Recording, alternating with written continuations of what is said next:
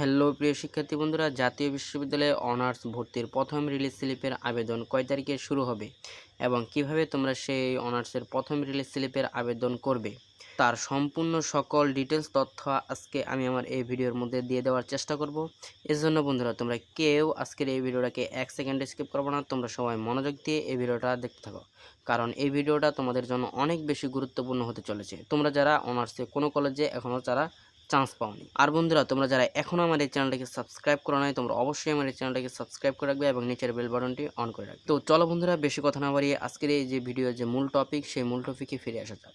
তো বন্ধুরা, আমি তোমাদেরকে ভিডিওর প্রথমেই বলেছিলাম যে তোমাদের অনার্সের ভর্তির প্রথম রিলিজ স্লিপের আবেদন কবে শুরু হবে, আজকের এই ভিডিওতে আমি তোমাদেরকে জানিয়ে দেবো। তো বন্ধুরা, তোমরা ইতিমধ্যে কিন্তু অনেকেই কিন্তু কলেজে চান্স পেয়ে গেছো। প্রথম মেধা তালিকায়, দ্বিতীয় মেধা তালিকায় এবং তৃতীয় মেধা তালিকাতে তোমরা কিন্তু অনেকে চান্স পেয়ে গেছো, আবার অনেকে কিন্তু এখনও চান্স পাওনি। তোমরা যারা চান্স পাওনি তোমাদেরকে কিন্তু রিলিজ স্লিপে আবেদন করতে হবে। আর রিলিজ স্লিপের আবেদন কয় তারিখে শুরু হবে আজকের এই ভিডিওতে আমি তোমাদেরকে সেটা জানিয়ে দিচ্ছি। তো বন্ধুরা, তোমরা এখানে যে নোটিশটা দেখতে পাচ্ছ, এই নোটিশটা মূলত হচ্ছে যারা কোটা মেধা তালিকায় অর্থাৎ তৃতীয় মেধা তালিকায় যারা কলেজে চান্স পেয়েছে তাদের ভর্তি সংক্রান্ত একটা নোটিশ।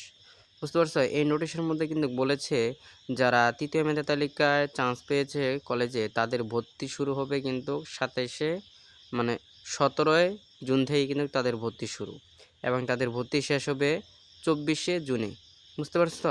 এবং তাদের যে টাকা পরিশোধ করার যে কলেজে যে কাগজপত্র টাকা দেওয়ার যে একটা সময়, সেটা হচ্ছে 17 থেকে 24 তারিখ পর্যন্ত কিন্তু তাদের এই সময়টা নির্ধারণ করা হয়েছে।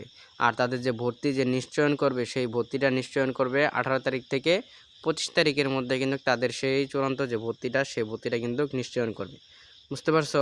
এবং তাদের যে একটা রেজিস্ট্রেশন ফি, জাতীয় বিশ্ববিদ্যালয়ে যে রেজিস্ট্রেশন ফি জমা দিতে হয়, সেই রেজিস্ট্রেশন ফির টাকা কিন্তু 18 থেকে 25 তারিখের মধ্যে কিন্তু তাদের এই রেজিস্ট্রেশন ফির টাকাটা কিন্তু জাতীয় বিশ্ববিদ্যালয়ের কাছে দিতে হয়। আর এই রেজিস্ট্রেশন ফির টাকা কিন্তু জাতীয় বিশ্ববিদ্যালয়ের কাছে শিক্ষার্থীকে দেওয়া লাগে না।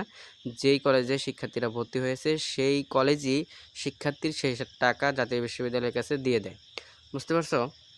আর এরপরেই কিন্তু তোমাদের সেই কাঙ্ক্ষিত যে রিলিজ স্লিপ, সেই রিলিজ স্লিপের আবেদন কিন্তু শুরু হবে। এটা কিন্তু জাতীয় বিশ্ববিদ্যালয় কিন্তু প্রত্যেক বছরই কিন্তু এটা নিয়মই করে যে তৃতীয় মেধা তালিকার যে একদম শেষ যে সময়, সে ভর্তির সময়সীমা যে শেষ, মানে 25 তারিখে যে ভর্তির সময়সীমা শেষ হবে, এই 25 তারিখের পরেই কিন্তু গিয়ে তোমাদের সেই জাতীয় বিশ্ববিদ্যালয়ের যে অনার্সের যে প্রথম রিলিজ স্লিপের আবেদন, সেই প্রথম রিলিজ স্লিপের আবেদনটুকু কিন্তু শুরু হবে। এখন তাহলে প্রথম রিলিজ স্লিপের আবেদনটুকু তোমাদের কয় তারিখে শুরু হতে পারে? প্রথম রিলিজ স্লিপের আবেদন তোমাদের শুরু হবে 27 থেকে 28 জুনের মধ্যে কিন্তু তোমাদের এই যে প্রথম রিলিজ স্লিপের যে আবেদন, সেই প্রথম রিলিজ স্লিপের তোমরা আবেদনটুকু করতে পারবে।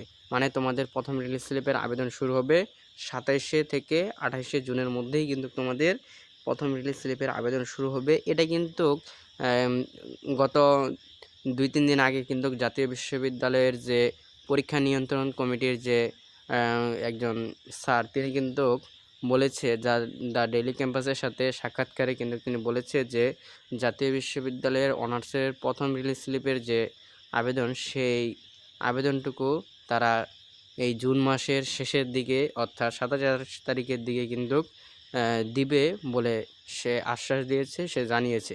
তাহলে তোমাদের এখান থেকে বোঝা যাচ্ছে যে তোমাদের অনার্সে ভর্তির যে প্রথম রিলিজ স্লিপের আবেদন, সেই রিলিজ স্লিপের আবেদন 27 থেকে 28 তারিখের মধ্যে অর্থাৎ এই মাসের 27-28 তারিখে দিতে কিন্তু তোমাদের শুরু হচ্ছে।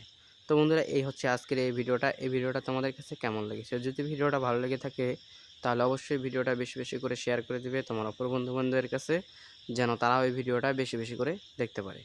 তো বন্ধুরা, দেখা হবে পরবর্তী কোনো ইনফরমেটিভ ভিডিওতে। আল্লাহ হাফেজ।